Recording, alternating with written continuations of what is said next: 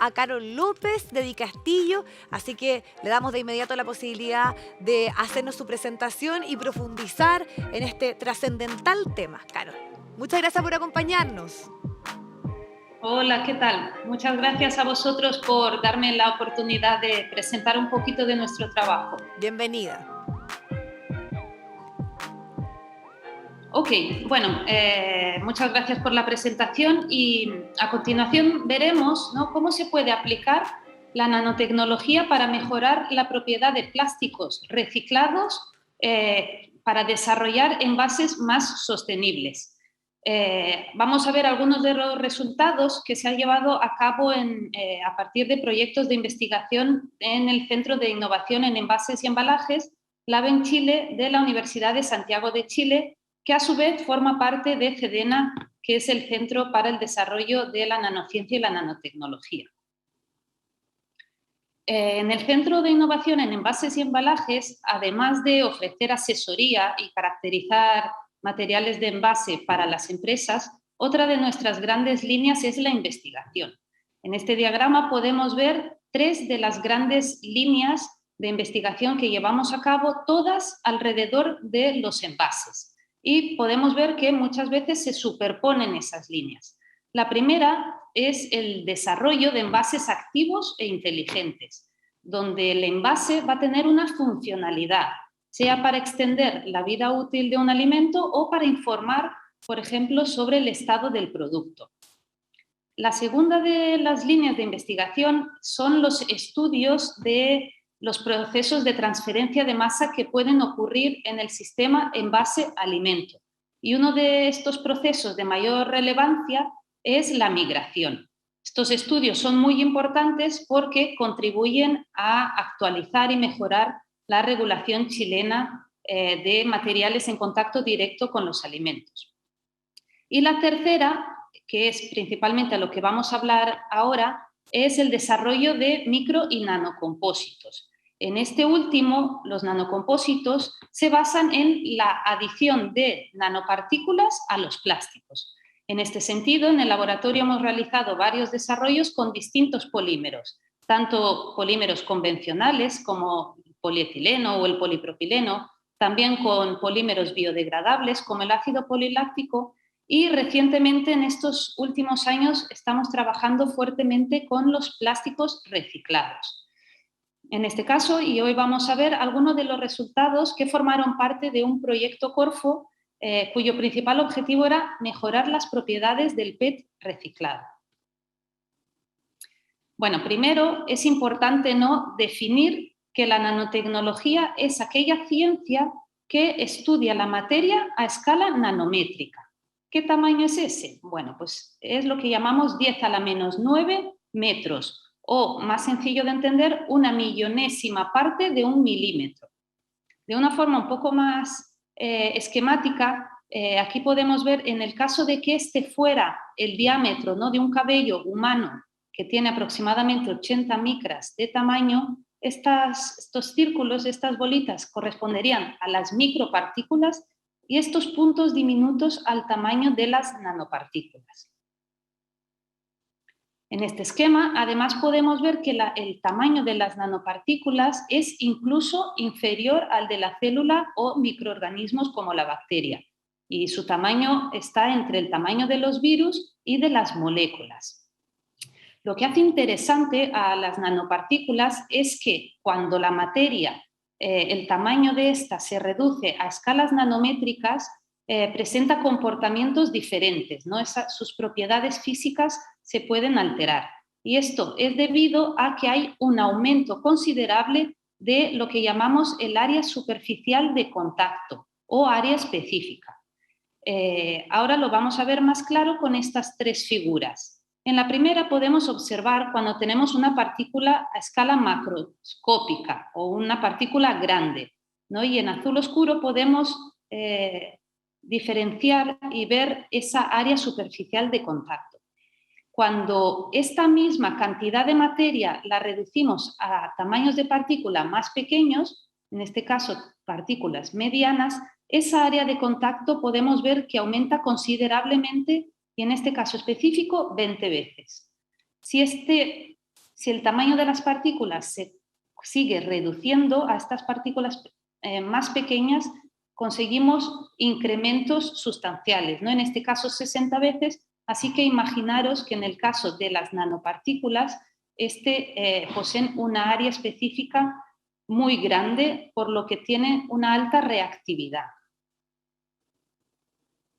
En el caso específico de los plásticos, cuando añadimos una nanopartícula a un polímero, obtenemos lo que llamamos nanocomposito.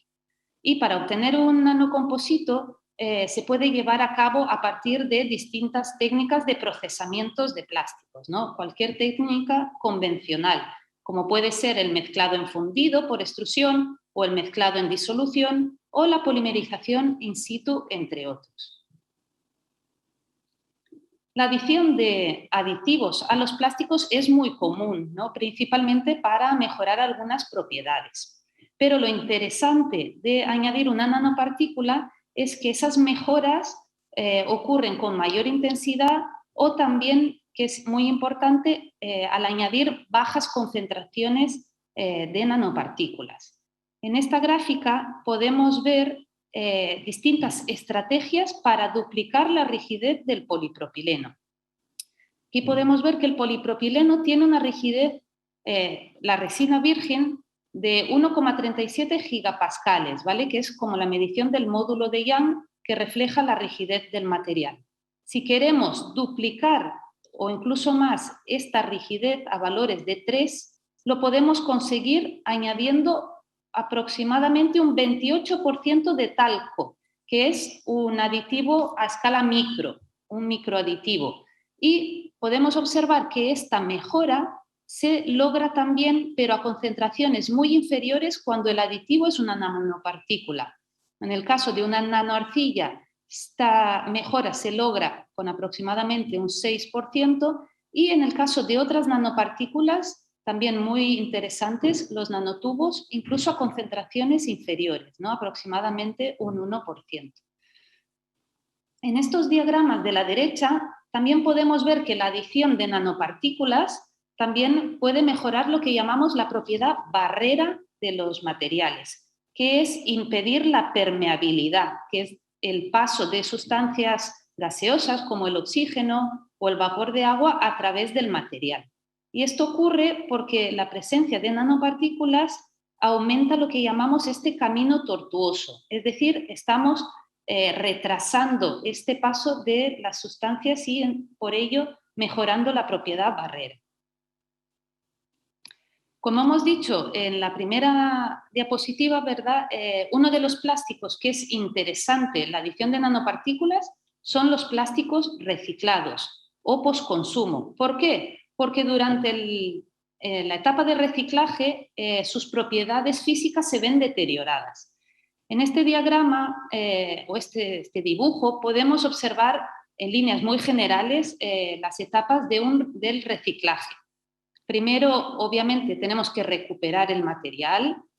Posteriormente, a partir de procesos de identificación y separación, separamos los distintos polímeros y luego se procede a un lavado, a una molienda y posteriormente se vuelve a procesar, es decir, a someter a altas temperaturas para fundir y obtener el nuevo producto. Los principales factores que hemos dicho que afectan a que se reduzcan estas propiedades físicas son estos esfuerzos mecánicos y térmicos que sufre el polímero durante los ciclos térmicos del procesado, además también la presencia de contaminantes y en muchos casos si en la etapa de la separación no se separa de forma perfecta, ¿no? Si hay una mínima traza de un segundo polímero, también va a afectar esas propiedades. Teniendo en cuenta la tendencia actual, ¿no? Hacia la economía circular, donde uno de sus principales pilares es la reducción de residuos y la circularidad de los plásticos, y además las normativas e iniciativas, ¿no? actuales como la Ley REP o el Pacto por los Plásticos, donde se exigen metas, ¿no? tanto de recolección de plásticos, como también de una mayor incorporación de plásticos reciclados en envases, surge entonces la necesidad de encontrar alternativas para mejorar las propiedades de estos plásticos reciclados. Es importante, cuando nuestra meta es desarrollar un envase a partir de plástico reciclado, un envase de un alimento, es importante que cumpla dos requisitos fundamentales. Uno, obviamente, es que ese material tenga propiedades físicas adecuadas, y la segunda, que sea inocuo, es decir, que no solo sea libre de contaminantes químicos y de contaminación microbiana, pero también que posea lo que decimos una integridad estructural del plástico. Es decir, que ese plástico reciclado no libere al alimento monómeros u otras sustancias.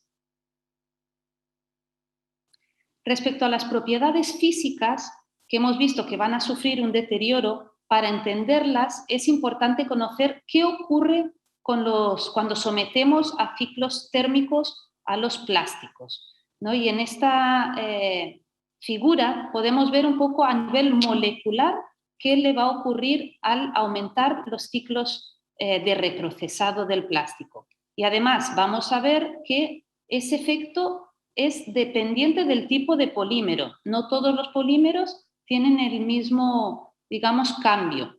En el caso del polietileno, tanto de alta como de baja densidad, vemos que esas estructuras iniciales, ¿no?, que los polímeros son largas cadenas de monómeros, se van entrecruzando hasta obtener estructuras bastante compactas. Y obviamente ese cambio morfológico va a tener un efecto en la viscosidad del material. El polipropileno, al igual que el PET, tiene un efecto contrario. Al aumentar los ciclos de reprocesado ocurre la escisión de cadenas, es decir, se van acortando, incluso si después de muchos ciclos de reprocesado no podemos llegar a un estado que llamamos semilíquido.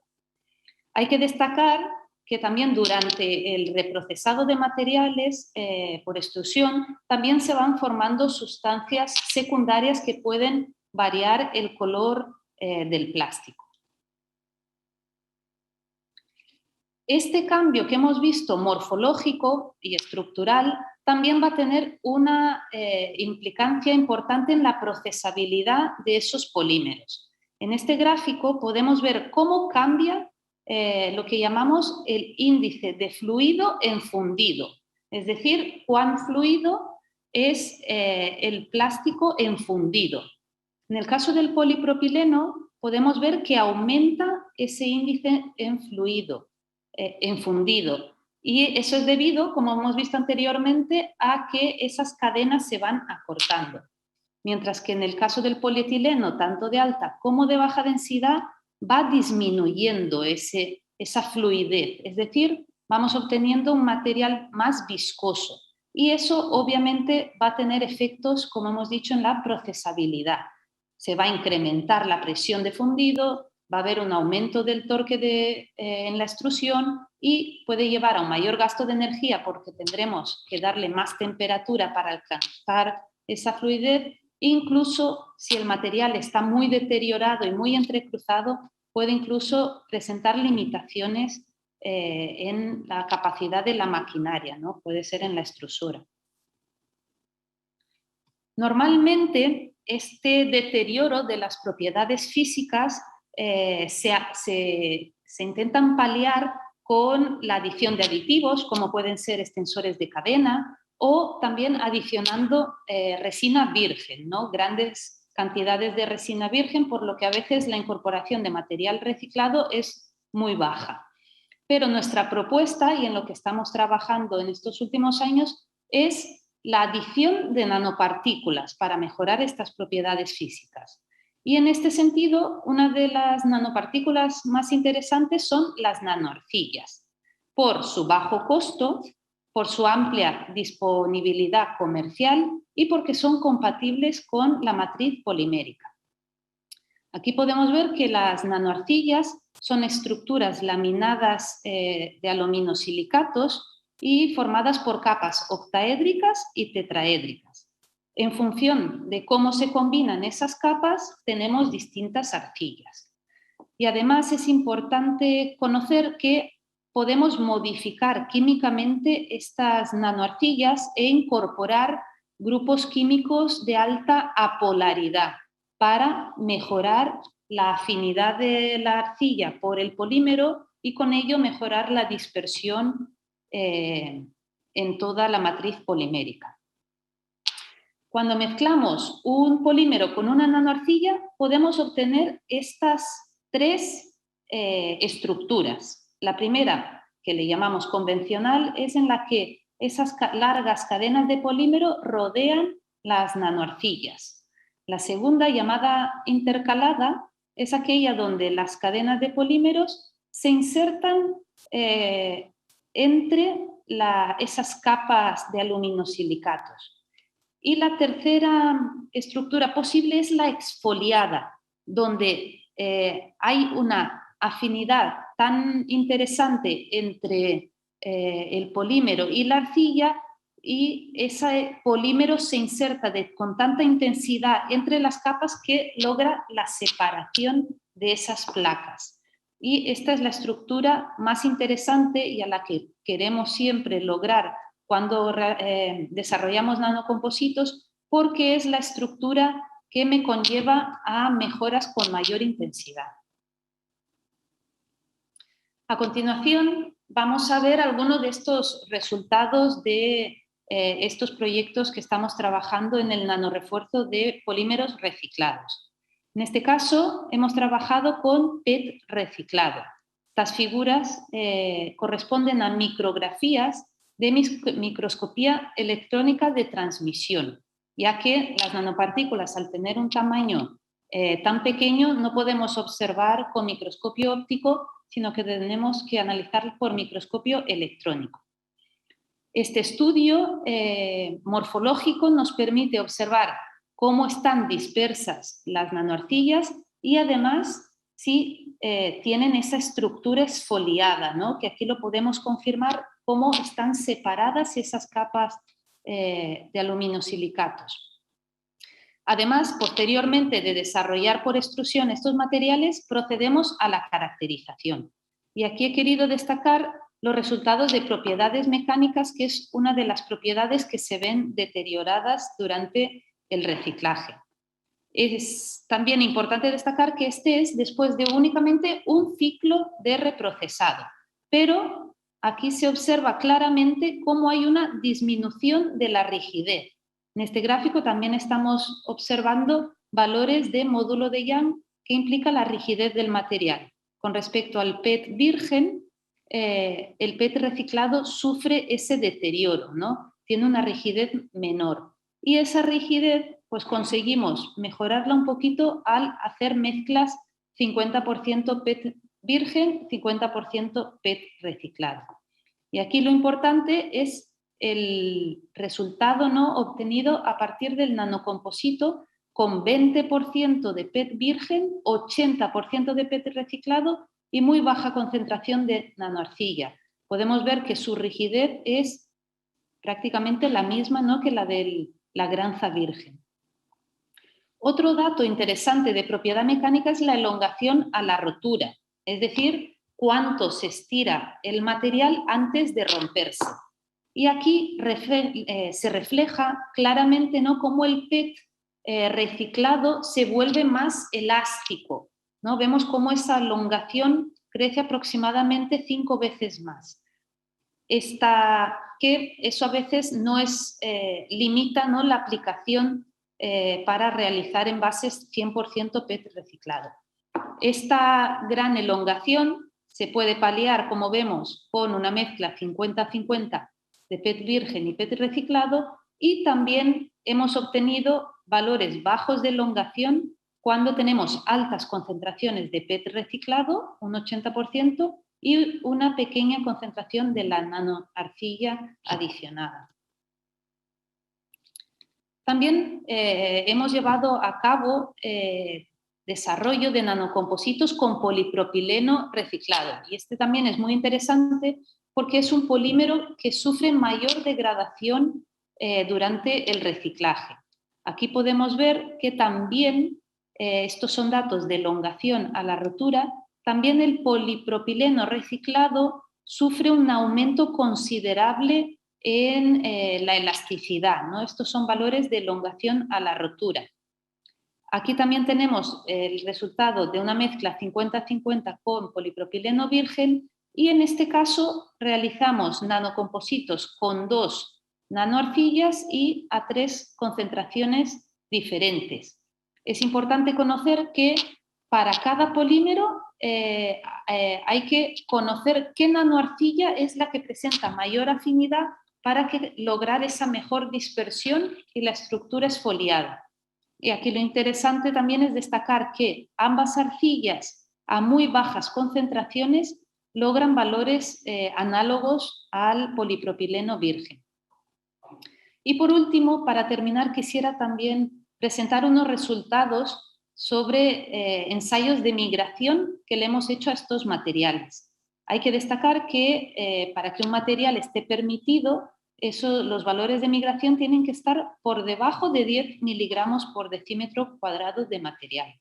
Vemos que el polipropileno virgen cumple con esos valores, pero todas las mezclas de material con polímero reciclado tienen valores de migración superiores al permitido.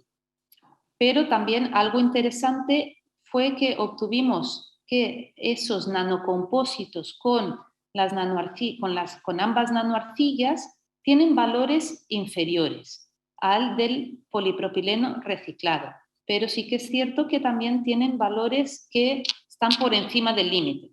En este caso se puede realizar envases con esta granza reciclada, pero no van a poder estar en contacto directo con el alimento, sino que entre ese plástico reciclado y el alimento deberemos colocar una barrera funcional. Bueno, eso es todo. Muchísimas gracias por vuestra atención. Muchísimas gracias a ti, a la doctora Carol López de Di Castillo, que es parte de SEDENA, de la Universidad de Santiago, para presentarnos el mundo de la nanotecnología.